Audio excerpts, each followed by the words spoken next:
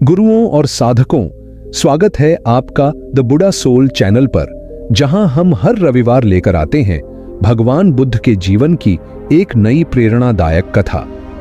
पिछली कथा में हमने जाना कि कैसे भगवान बुद्ध ने अपने प्रथम उपदेश के माध्यम से 4 आर्य सत्य और अष्टांगिक मार्ग का उद्घाटन किया, जिससे मानवता के लिए दुख से मुक्ति का मार्ग प्रशस्त हुआ।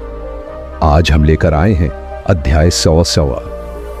वह समय जब भगवान बुद्ध ने अपने प्रथम उपदेश के बाद अन्य स्थानों पर भ्रमण कर अनेक लोगों को ज्ञान दिया और अपने शिष्यों को भी सिखाया कि वे कैसे इस सत्य को औरों तक पहुंचाएं। बुद्ध अब केवल एक आत्मज्ञानी साधक नहीं थे, वे अब एक गुरु बन चुके थे जो लोगों को उनके अज्ञान से मुक्त कराने का कार्य कर रहे थे।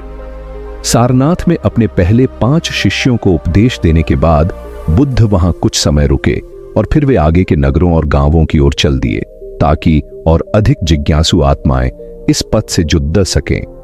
बुद्ध का आचरण, उनका संयम और उनका वात्सल्य देखकर लोग स्वतः आकर्षित होते थे। वे जहां भी जाते, लोग उन्हें प्रणाम करते, उनके चरणों में बैठ जाते और उन्हें सुनते।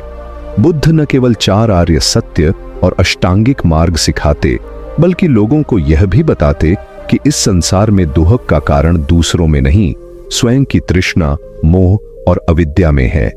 वे कहते, अपने ही भीतर वह चाबी है जो तुम्हें दुखों की जेल से मुक्त कर सकती है।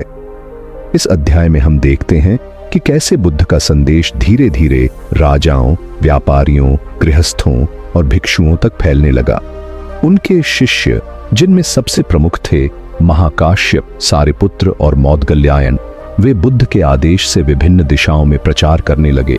हर कोई अलग अलग गांवों में जाकर 4 आर्य सत्य को सिखाता, ध्यान करना सिखाता और लोगों को करुणा और अहिंसा का मार्ग दिखाता। बुद्ध का यह आंदोलन अब केवल एक व्यक्ति का नहीं रहा, यह अब एक संघ बन चुका था, भिक्षुओं का, भिक्षुणियों का और साधकों का, जो निस्वार्थ भाव से मानवता की सेवा कर रहे थे। संघ के नियम सरल थे: सत्य बोलना, चोरी न करना, संयमित जीवन जीना और ध्यान तथा चिंतन करना। बुद्ध यह नहीं चाहते थे कि लोग केवल उनके नाम पर कोई परंपरा बनाएं, वे चाहते थे कि लोग स्वयं अनुभव करें, स्वयं जानें और फिर विश्वास करें।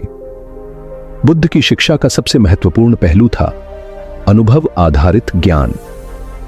वे कहते, तुम्हें मेरी बातों पर केवल इसलिए विश्वास नहीं करना चाहिए क्योंकि मैंने कहा है। उन्हें स्वयं जांचो, उन्हें परखो और जब वे तुम्हारे अनुभव में सत्य सिद्ध हों तभी उन्हें अपनाओ। उसी समय एक प्रसिद्ध घटना हुई। एक युवा ब्राह्मण बुद्ध के पास आया और बोला, गौतम, आप कहते हैं कि सब कुछ दुख है, तो क्या जीवन में कोई आनंद नहीं है? क्या त्याग ही सब कुछ है? बुद्ध मुस्कुराए और बोले, मैं यह नहीं कहता कि जीवन आनंदहीन है, मैं केवल यह कहता हूं कि जो आनंद तुम इंद्रियों में ढूंढते हो वह क्षणिक है, लेकिन जो आनंद ध्यान, जागरूकता और करुणा से आता है वह स्थायी है, वह ही निर्वाण की ओर ले जाता है। ऐसी ही अनेक चर्चाएं, संवाद और उपदेशों के माध्यम से बुद्ध की शिक्षाओं ने समस्त भारत में एक नई चेतना जगाई। अनेक राजाओं ने बुद्ध के अनुयायी बनकर उनके संघ को सहायता दी। वे भिक्षुओं के लिए विहार बनवाते, भोजन प्रदान करते और अपने राज्य में अहिंसा और धर्म का प्रचार करते। अब हम उस क्षण की ओर बढ़ते हैं जब बुद्ध के समक्ष यह प्रश्न आया, क्या उनका धर्म केवल भिक्षुओं के लिए है? नहीं, उन्होंने स्पष्ट रूप से कहा कि यह मार्ग गृहस्थों के लिए भी है। उन्होंने गृहस्थों के लिए 5 शील बताए: जीव हत्या न करना, चोरी न करना, असत्य न बोलना, व्यभिचार से बचना और नशा न करना। ये 5 नियम किसी भी व्यक्ति को सच्चा और शुद्ध जीवन जीने में सहायता करते हैं। समय बीतता गया और बुद्ध का संघ निरंतर बढ़ता गया।